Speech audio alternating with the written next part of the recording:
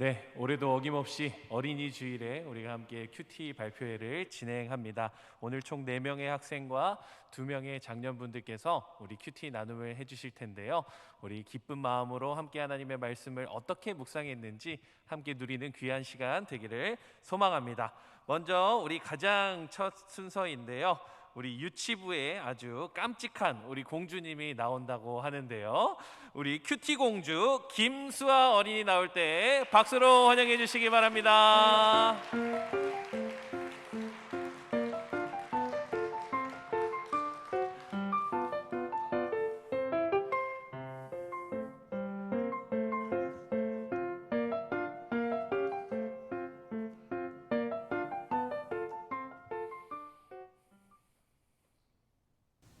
안녕하십니까.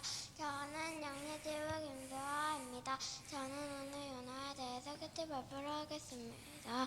하나님이 요나에게 이렇게 말씀하셨습니다. 일어나 니느웨로 가서 그 성을 향해 외쳐라. 그들의 죄가 내 앞에까지 이르렀다. 그러나 요나는 하나님 표에 다시스로 배를 타고 도망갔습니다. 요나가 탄 배는 무서운 바람과 파도를 만났습니다. 요나는 자기 때문에 이런 일이 일어난 것을 알았습니다. 바다에 던져진 요나는 큰 불쑥이 뱃속에서 3일 동안 있었습니다.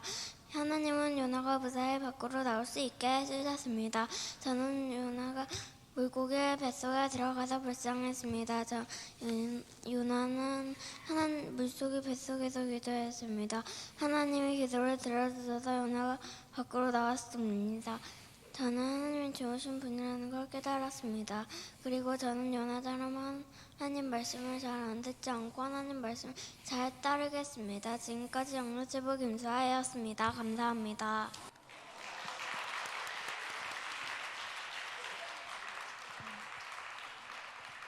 네, 우리 요나의 말씀을 묵상한 우리 수아에게 다시 한번 박수로 격려해 주시기 바랍니다.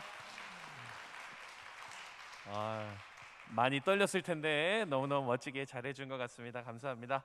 네, 우리 두 번째로 이제 어린이 부서인데요. 우리 큐티 왕자 조윤권 어린이 나올 때 박수로 환영해 주시기 바랍니다.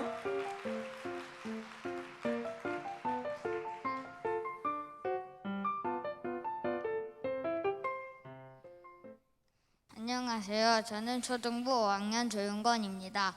제가 나눌 큐티 말씀은 요한복음 19장 17절부터 30절 유대인의 왕 나사렛 예수입니다.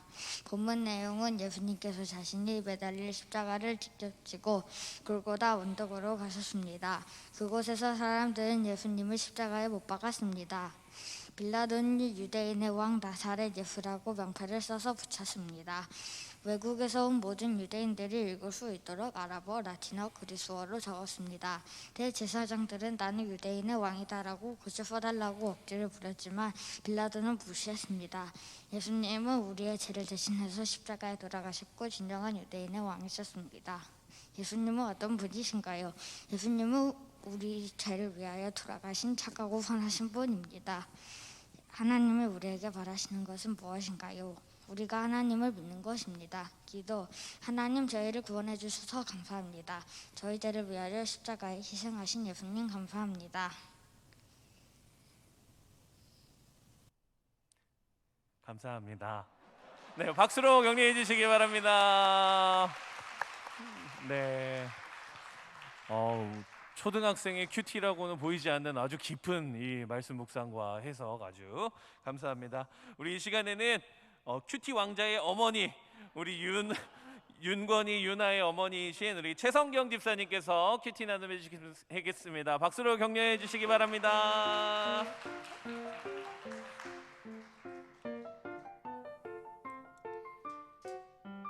안녕하세요. 최성경입니다. 제가 나눌 큐티 말씀은 요한복음 21장 1절에서 14절 말씀, 호숫가에 차려진 밥상입니다. 본문 내용은요, 예수님 십자가 부활 이후 제자들은 무엇을 해야 할지 막막했습니다. 시몬 베드로는 다시 어부가 되기로 마음먹고 다른 제자들도 함께 갈릴리 호수로 따라 나섭니다. 다 함께 배에 올랐으나 그날 밤에 아무것도 잡지 못하고 날이 새어갈 때에 예수님께서 그들에게 오른편에 그물을 던지라 말씀하십니다. 베드로와 제자들은 말씀대로 따랐고 그물을 둘 수 없을 정도로 평생 경험하지 못한 많은 물고기를 잡게 됩니다. 그리고 예수님은 제자들을 위해 조반을 준비해 놓으시고 제자들과 함께 나눕니다. 나에게 주는 교훈. 베드로와 제자들이 밤새 아무것도 잡지 못한 그날 밤은 주님의 역사가 없는 상태였습니다. 아무 열매와 성과도 없는 헛고생의 시간이었습니다. 저에게도 그런 시간이 있었음을 고백합니다. 직장인이었을 때 예배의 자리보다 월급과 휴가를 기다리며 살았습니다. 경제적으로 자립하니 하고 싶은 것도 많고 세상 사는 게 즐거웠습니다. 시간과 돈을 오로지 저를 위해 썼습니다. 행복한 삶을 원했는데 거기에 하나님은 계시지 않으셨고 그 행복은 제 기준, 제 만족이었습니다. 열심을 내어 살았는데 하나님께 인정받는 것이 아닌 직장과 가족, 주변 사람들에게 인정받는 것이었습니다.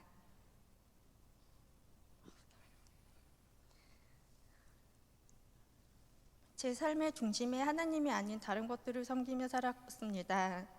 열심히 살았다고 생각했지만 움켜잡을수록 사라지는 손안의 모리알 같은 것이었습니다. 영적인 열매 없는 빈 그물만 건져 올리고 있었습니다. 예수님은 세상 속으로 들어가려고 하는 베드로와 제자들을 위해 조반을 준비해 놓으시고 제자들의 마음을 회복시켜 주십니다. 십자가 고초를 당하신 예수님은 상상도 할 수 없는 고통을 겪으셨는데 본인이 위로받기는커녕 제자들을 위로해 주시러 찾아오십니다. 제 어릴 적 신앙은 죄와 회개, 하나님은 두려운 분, 신앙생활은 어려운 것으로 기억됩니다. 그래서 진짜 믿음이란 하나님 앞에서 완성된 그리스도인으로 떳떳하게 서야 하는 것으로만 생각했습니다. 오늘 회개하고 내일 재미난 세상 속으로 들어갈 제 자신을 알았기에 하나님 앞에 죄를 고백하고 나아갈 용기가 없었습니다. 언젠가는 하면서 하나님 앞에 회개하기를 차일피일 미루다 보니 뻔뻔해지고 자기 합리화까지 하게 됐습니다. 일주일에 6일은 세상 속에 그냥 착한 사람, 하루는 교회 가는 사람으로 지냈습니다. 일주일에 한 번 교회 가는 것을 주일 성수했다는 자기 만족, 자기 위로로 여겼습니다.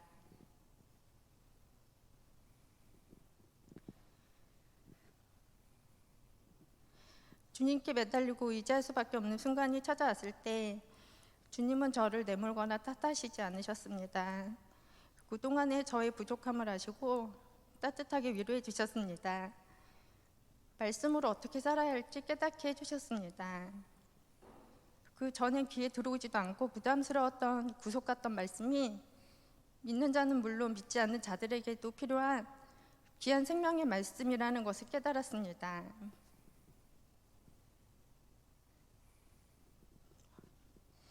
저의 사정을 아시고 부족함을 아시는 분, 옳은 길로 인도해 주시고 오로지 믿고 붙잡을 분은 하나님밖에 없다는 귀한 깨달음을 주셨습니다. 우리는 불완전한 인간이고 어쩔 수 없는 인간의 죄성 때문에 매일 하나님 앞에 엎드려 회개해야 함을 알게 되었고 매 순간 참된 그리스도인으로 변화되길 주님 앞에 구하고 나가야 한다는 것을 이제야 깨달았습니다.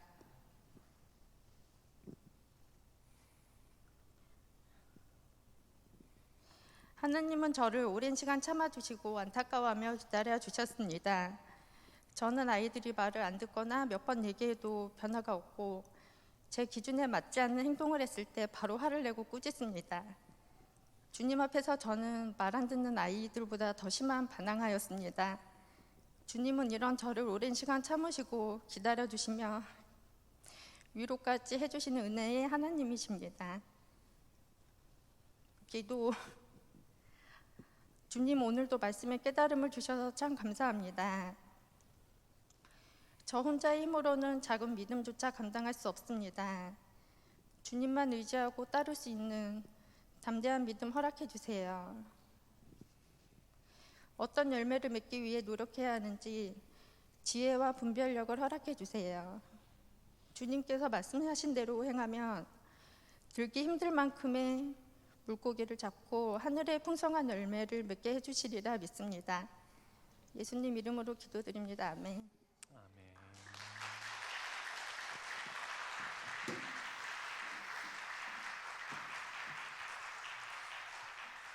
아멘.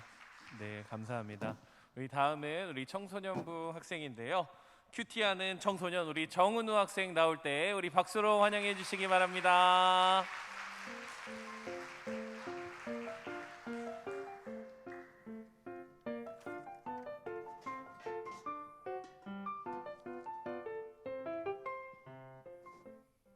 오늘 제가 함께 나눌 말씀은 시편 81편 1절에서 16절 찬양하고 순종하라 라는 제목의 말씀입니다.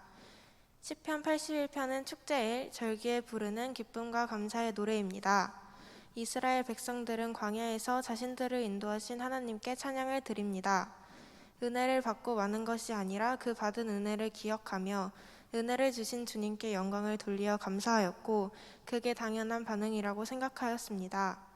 하나님께서는 그런 이스라엘 백성들의 모습을 보시고 순종에 대한 명령과 동시에 축복에 관한 약속을 하십니다. 하나님은 우리에게 축복을 주기 원하시는 분입니다.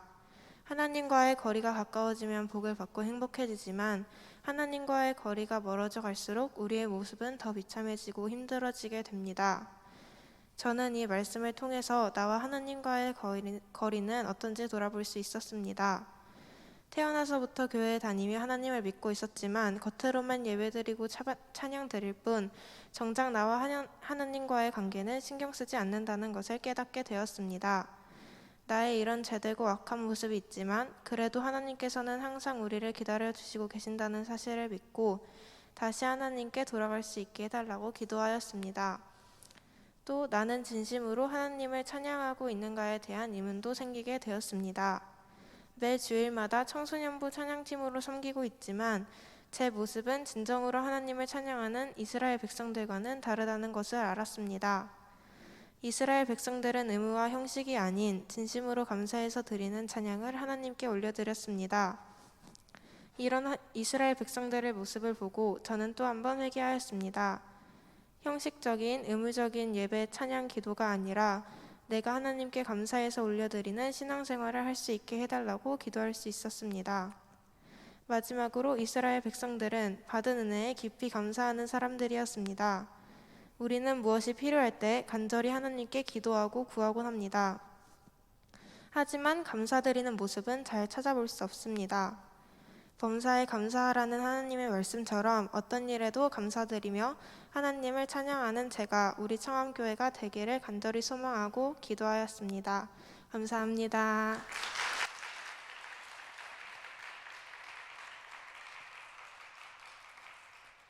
네, 감사합니다. 우리 다음은 우리 청년부인데요. 수많은 우리 청년들 중에 가장 큐티 잘하는 사람이 누구일까 궁금했는데 우리 큐티하는 청년 우리 유은송 자매 나와서 나눔해 줄 때 우리 박수로 격려해 주시기 바랍니다.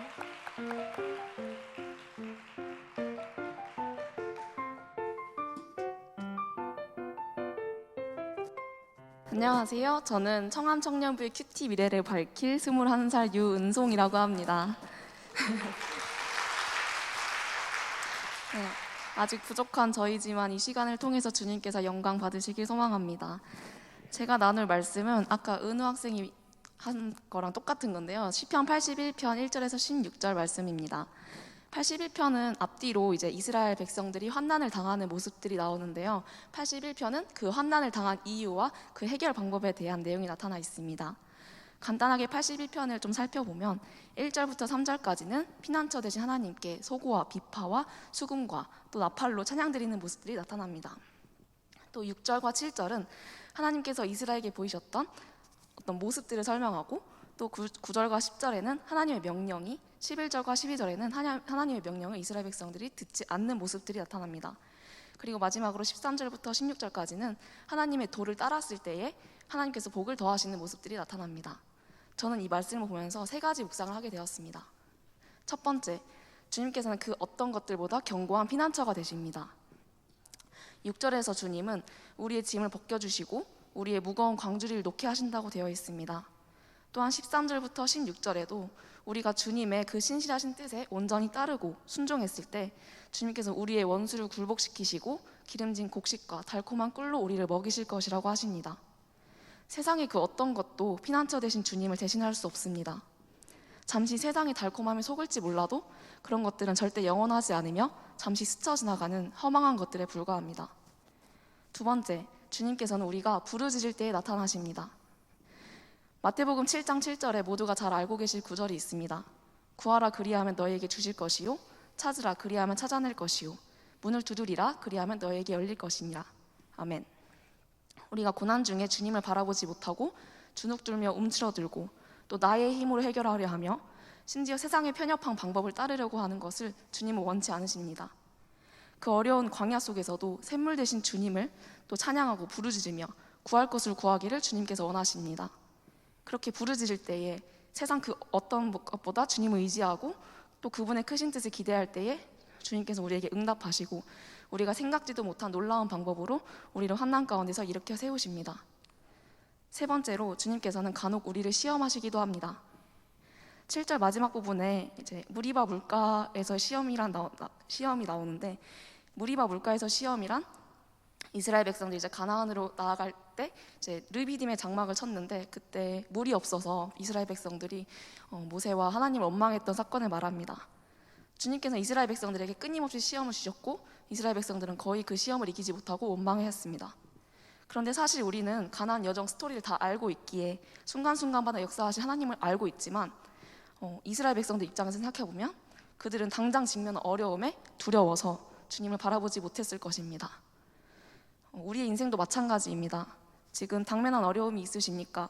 당장은 그것이 크게 보일지 몰라도 이제 원근법을 생각해보면 크신 하나님을 가리는 작은 문제에 불과합니다. 네. 피난처 되신 주님, 또 우리를 구원하시는 주님, 가끔은 시험하시는 주님을 묵상하며 저는 삶을 살아가면서 크고 작은 어려움들이 있을 때마다 먼저 주님께 그 상황을 아뢰고 그 고난을 허락하신 주님의 뜻이 무엇인지 생각해 보게 되었습니다.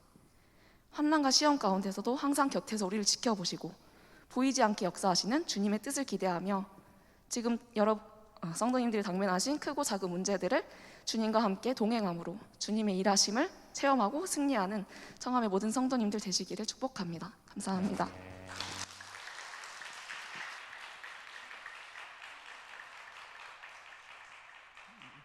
네, 감사합니다. 우리 시간의 마지막으로 이렇게 큐티 나눠주실 분은 우리 큐티의 여왕 이경춘 권사님 나오시겠습니다. 나오실 때 큰 박수로 환영해 주시기 바랍니다.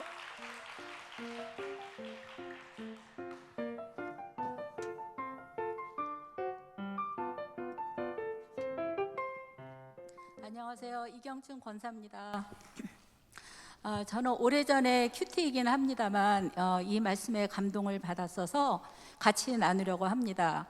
오늘 묵상 말씀은 사사기 3장 12절에서 31절 말씀으로 오른손 장애인인 에훗, 즉 약한 자를 사용하시는 하나님에 대한 내용입니다. 하나님은 왼손잡이 사사 에훗을 이스라엘의 구원자로 삼으십니다.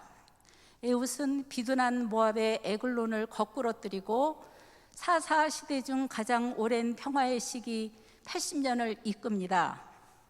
12절에서 14절 말씀인데요. 사사 온니엘 시대가 준 40년의 평화는 이스라엘의 악행으로 깨어집니다. 하나님은 모압의 에글론을 강성케 하셔서 그가 암몬과 아말렉 연합군을 결성하여 종려나무 성읍 여리고를 점령하게 허락하십니다. 그로부터 18년의 종살이가 시작되고요. 이스라엘이 자기 욕망의 편에 설 때 하나님은 모압의 편을 들어 이스라엘을 심판하신 것입니다.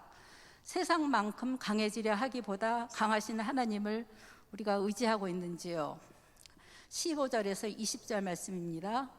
18년의 고초로 이스라엘 자손이 부르짖자 하나님이 그들을 위해 세우신 지도자는 베냐민 지파, 오른손에 장애가 있는 왼손잡이 에웃입니다. 그는 구원자가 될 만한 사람이 아니었고 에글론도 곡물을 바치러 온 그를 위협적으로 여기지 않았습니다. 하지만 하나님은 약한 자를 통하여 강한 자를 심판하십니다. 그러니 이스라엘이 추구해야 할 것은 세상보다 더 강한 힘이 아니라 약자를 통해서도 역사를 열어가실 수 있는 하나님을 향한 믿음입니다. 22절에서 25절입니다. 이스라엘을 18년이나 다스린 모압 왕 에글론은 굉장히 비둔한 사람이었습니다. 이처럼 그들이 크고 강한 자들이어서 이스라엘이 압제당한 것이 아닙니다. 그들이 언약의 하나님을 떠나 언약 백성의 삶을 버리면서 아둔해졌기 때문에 탐욕스러운 자들에게 지배를 당하게 된 거죠. 이스라엘은 영적으로 비둔해졌기 때문이죠. 26절에서 31절입니다. 에웃이 사사가 되어 모압을 이기고 18년의 압제에서 벗어납니다. 왼손잡이 사사가 이끌었지만 하나님이 도우시고 그가 믿음으로 앞장섰을 때 힘센 장사요 용사인 모압 군사 10,000명을 죽이는 대승을 거두고 80년의 평화시대를 열 수 있었습니다. 이렇게 하나님의 생각은 우리의 관념, 생각을 뛰어넘습니다. 병약하지 않지만 별로 건강하지도 않고 보잘것없는 저도 하나님께서 이정현 목사님을 통해 안내위원으로 쓰임받게 하시고 하나님의 역사에 참여하고픈 심정입니다. 저로 인해 제 주변이 샬롬을 누리시기를 소망합니다.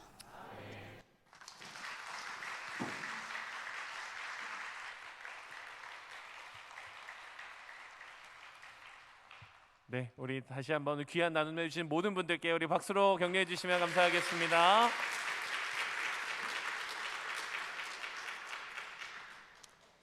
네, 우리 짧은 시간이었지만